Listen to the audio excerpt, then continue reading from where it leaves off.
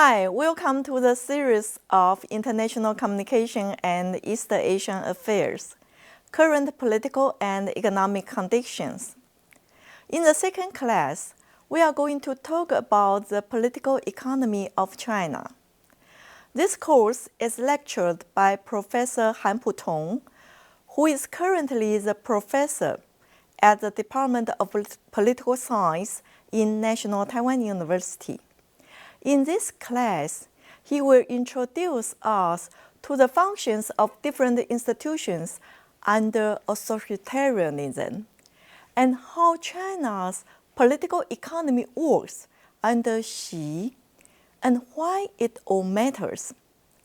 Along with the abundant knowledge he is going to bring us about China's political economy. Let's start with this fascinating class right away. My name is Han Putong. I graduated from Harvard University in 2012 and now a professor of political science at National Taiwan University. And it's a great pleasure to be here to talk about an interesting topic about political economy of China to you. And we'll spend about an hour on this topic explaining the changes Xi Jinping has brought to China. So first of all, let me give you an introduction. So what's today's lecture about? First of all, I'm going to talk about what has happened to China's political economy after Xi Jinping. And then I'm going to move to the institutions under dictatorships and why they matter. I'm going to talk about China's political economy during the reform era, in other words, before Xi Jinping came to power. And then I'm going to also explain what has Xi Jinping done to China. And then finally, explain to you potential international implications of Xi's political maneuvering. So let me contextualize today's lecture in this broader setting.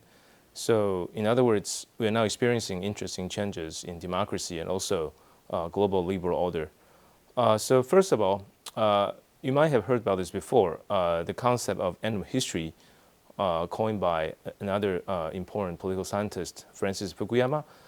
But then now it seems that we are facing a new era, and then we might want to mention this concept as the end of history. So in other words, while democracy has been in triumph since the end of history, in other words, the late 1990s or 80s, but now we are now seeing a new trend, and a lot of countries are experiencing democratic recession, and also in quite a few different places, we also see the rise of authoritarianism.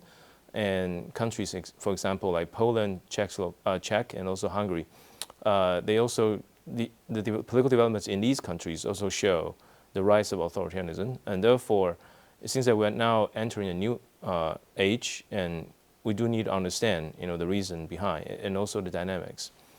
And also, it's not just about the political developments. There are also economic implications of this. So one thing that strikes as a very important feature is the end of reciprocity. And since now we have been experiencing globalization for almost like a couple of decades, it's interesting to see that this core concept, reciprocity, now seems to be in danger.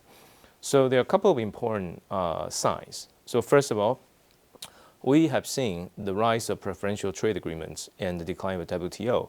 Well, WTO is important, or the major international organization promoting globalization, is very important in promoting the value of non-discrimination against all the countries. But the very important feature of the preferential trade agreement is that there are only a couple of countries that might be included in these agreements, and therefore other countries might be excluded. And this is actually against the principle of universality in the WTO. And second, on the more political side, we have also seen Brexit. In other words, the Great Britain decided to exit from European Union, and also the rise of lots of nationalist leaders in Europe. And this is apparently against the current we have witnessed in the past. So in other words, welcome global citizenship and also encouraging the flow of people across the globe. But now it seems that these nationalist leaders are trying to rebuild the borders of their countries and have less welcome attitudes towards immigration. And finally, there is also an interesting trend, which is the rise of the anti-establishment sentiment. And mostly due to distributional conflicts. And also Trump's America First doctrine. Of course, Trump is no longer the American president, but he has had actually left an important legacy in American politics. And one thing that I want to mention here is that this rise of the anti-establishment sentiment could be due to the unequal distribution of benefits from globalization. And therefore, people who have benefited a lot from globalization, they are the winners of this, while on the other side, you have those who are the losers of this. And therefore, the conflicts between them, this is now the major factor giving rise to not just nationalist leaders like those in Europe, but also like populist leader in the United States like Trump.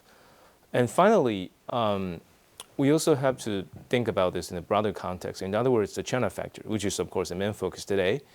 So China has maintained its authoritarian government even since the late 1980s when they kick off their economic reform.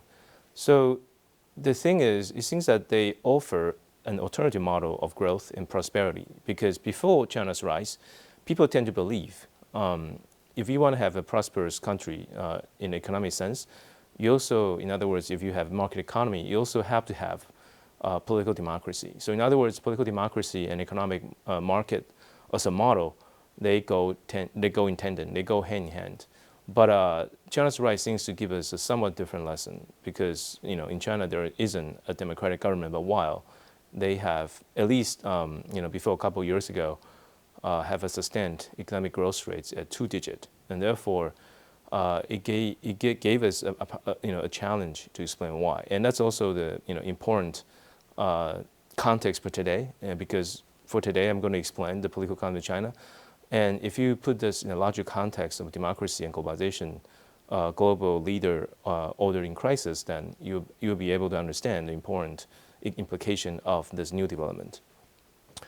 And then that's also quickly summarize some of the important developments in China's rise. And it's not just the rise of its hard power, but also its soft power. And also, it seems to give rise to a China model as opposed to the Western model.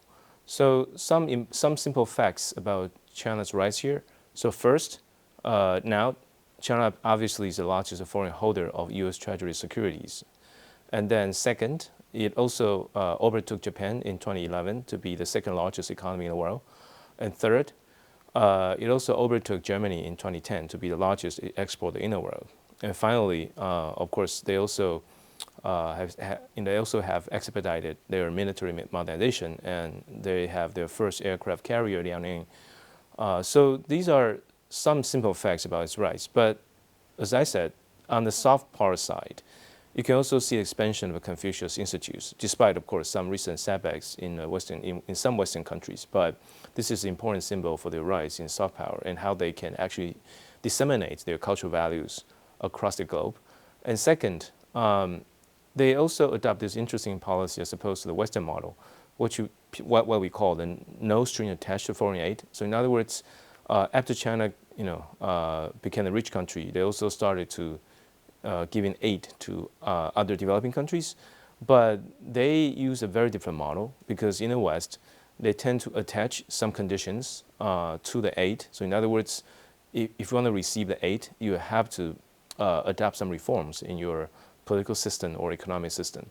But in the Chinese case, they have done something else. In other words, they never ask anything to be attached to the aid. So in other words, whether it's a dictatorships or whether it's a democracy, once you receive aid from China, they won't actually ask other things.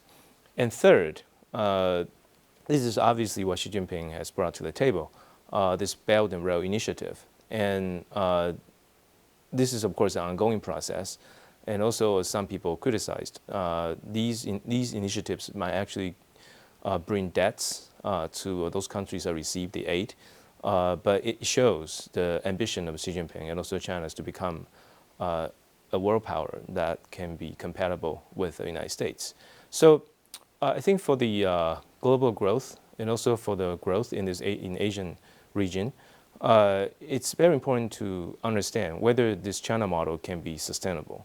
So, of course, there are lots of things we can talk about today, but what I want to focus today is the foundational condition for this to happen. So in other words, there has to be some political conditions to be met for China's growth to be possible.